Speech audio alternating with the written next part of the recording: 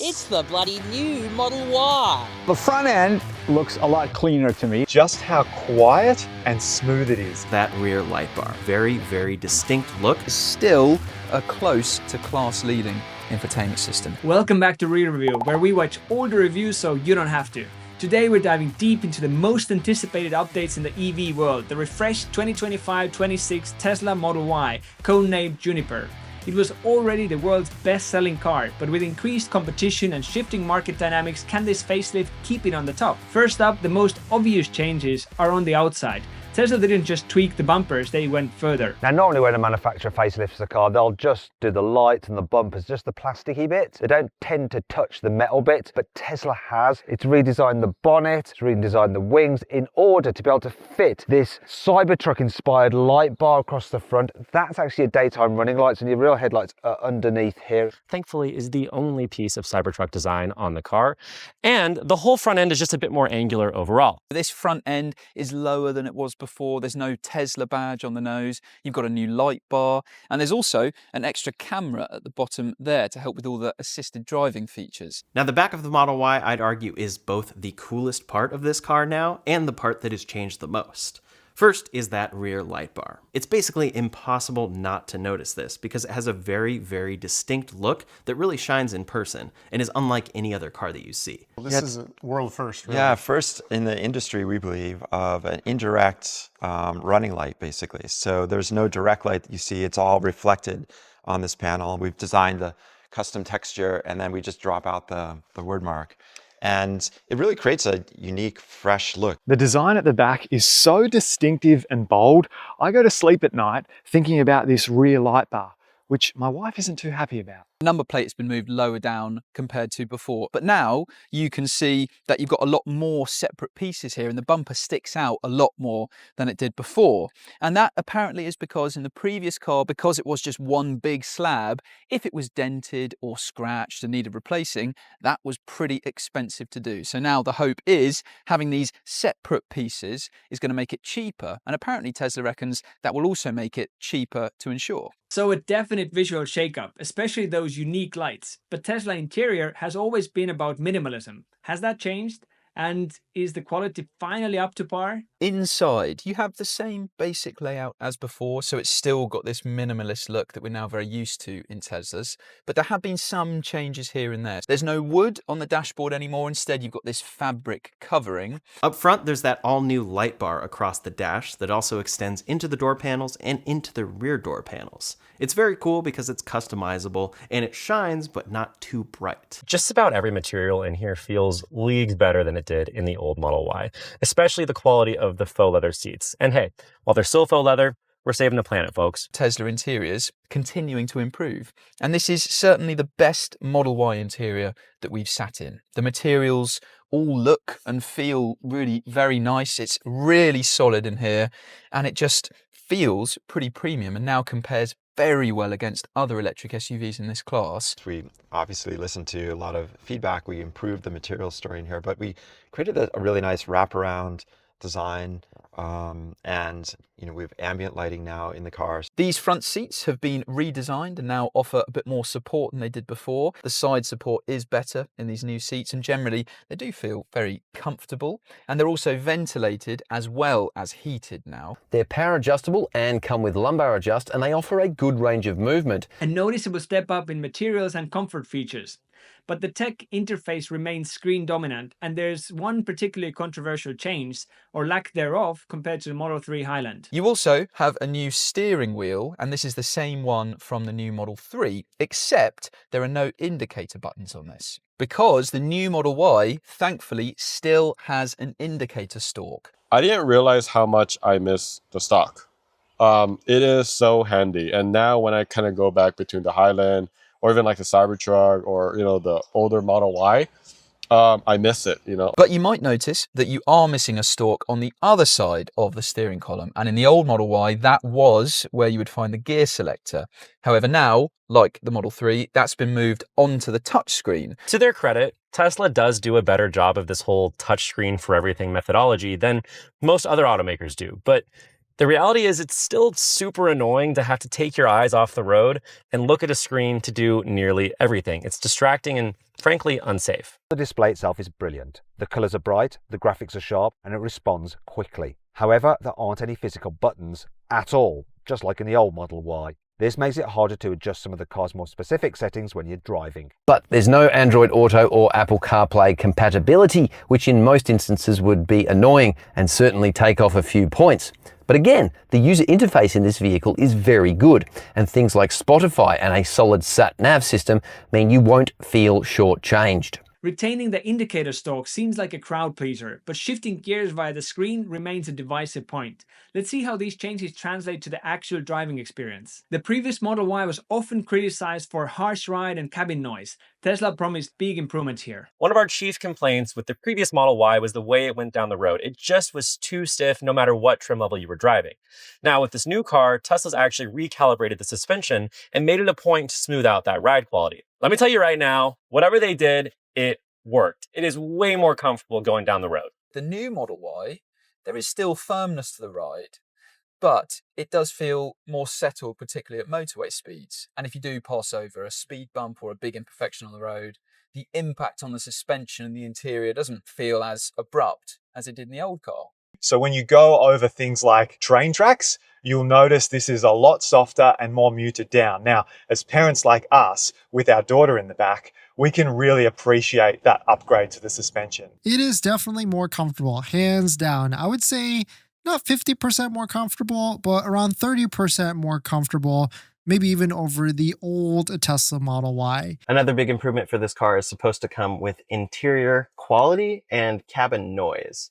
And you definitely noticed that in the past with the Model Y, along with this particular rumble and kind of bump that would come from the hatch. And I think it was something getting actually caught in that rear hatch area that's supposedly fixed in this car. One of the things I always notice about this car when we're sitting here at a light is with all that acoustic glass and the other noise improvements we made, it's like really quiet right now. It's really quiet, Like you can't hear the cars on the outside or the train going by.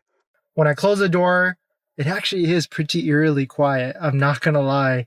Like, there's cars in front of us. There's cars to the right of us. There's a pretty busy street in front of us as well. And you really don't hear any of that. When it comes to the steering, that has been changed a bit as well. In the taller, heavier Model Y, it meant that it could feel a bit twitchy and a bit nervous as well. But now what Tesla's tried to do is slow down the steering, particularly around center. And so that means that in the new Model Y, the initial steering inputs do feel a bit calmer than they did before. It's lighter, but it feels heavier. Yeah, it's a very good way to put it. it. Not in the steering, just in the... Like the agility, sort of the feel of it. Yeah. Definitely sounds like a more refined and comfortable experience, addressing key criticism of the old model. How does it stack up when it comes to the everyday usability? No huge changes in dimensions for the new Model Y, so that means practicality-wise for the boot, it is very, very similar to before, which means it is still very big. You've got loads of storage in here, and what's particularly brilliant is you've got these massive compartments either side. You've got this boot floor, which you can lift up to reveal a massive amount of underfloor storage there. Then there's the parcel shelf or cargo cover that's included, and that can cover up your cargo. But if you want to remove this, the sub-trunk now actually has a spot integrated for it. It sits right in there, and you can close that area off if you're not using the parcel shelf at that time. If you need even more storage space, just at the touch of a button. We have the flip and fold seats that usually you have to do manually, right. And now we've added that as a power system. Look at that. It's automatic. Even with a baby seat in the middle, it works. Obviously, you can't do the other one, but that is so nice because, like, usually you'd have to, like, do that and then go to the side and then push it back. A small but significant change has been made to the vehicle's frunk, which can be opened via the app. That's pretty cool. So it's the same size as before, but the seals have improved a bit. You've got rubber seals here, and there's a little drainage plug with a pipe that goes down underneath the car, so you can fill it up with ice or water and then drain it. You can, though, electrically adjust the angle of the backrest here, and you can control that using this button down here or by using this 8-inch screen, which comes as standard for passengers in the rear. And that lets you control the seat heating. You get heated rear seats as standard, as well as adjusting the angle of it. You can select the media that you're listening to. You can even connect your Bluetooth headphones to this screen as well. She really likes having a rear screen in the back, and this wasn't something that I thought of, but she often sits in the back with Willow, and she's now able to control the volume, change songs, control the AC completely independently without having to bug me in the front. Those powered folding seats in the front drain plugs are nice touches. Range and charging are always crucial for EVs though. It should also have a little extra range, which is a nice bonus considering that that's always been a strong suit anyway. Tesla claims 327 miles of range for this trim, which is up from 311 miles for the previous car in the same trim. Tesla has a habit of outperforming nearly all of its rivals on range, and its cars also tend to stick close to the efficiency figures Tesla claims. The most efficient versions of the new Model Y can top 4.4 miles per kilowatt hour, and in our testing, a figure close to 4 miles per kilowatt hour was typical. Tesla, however, shows the quickest available charging points, and it calculates exactly how long you need to spend charging at each, so you get an accurate arrival time. It's brilliant, and all electric cars should have this. A clear win for Tesla then. And it has access to Tesla's fantastic supercharger network. Now that is great because the non-Tesla public charging infrastructure is, by comparison, frankly, pretty rubbish.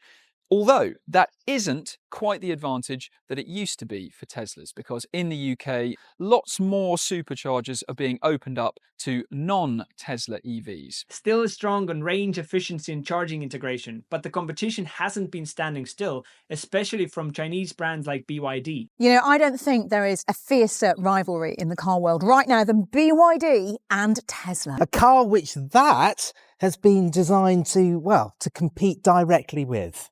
Even down to the last penny. You might think that buying Chinese means buying cheap, but is that really the case? You see, the Tesla Model Y starts from £45,000, whereas the BYD Sion starts from £47,000. So the BYD is slightly more expensive. No, the BYD does offer a really good overall package, but it can't compete with the Tesla on range or on charging, can it? Doesn't look good for the C-Line 7.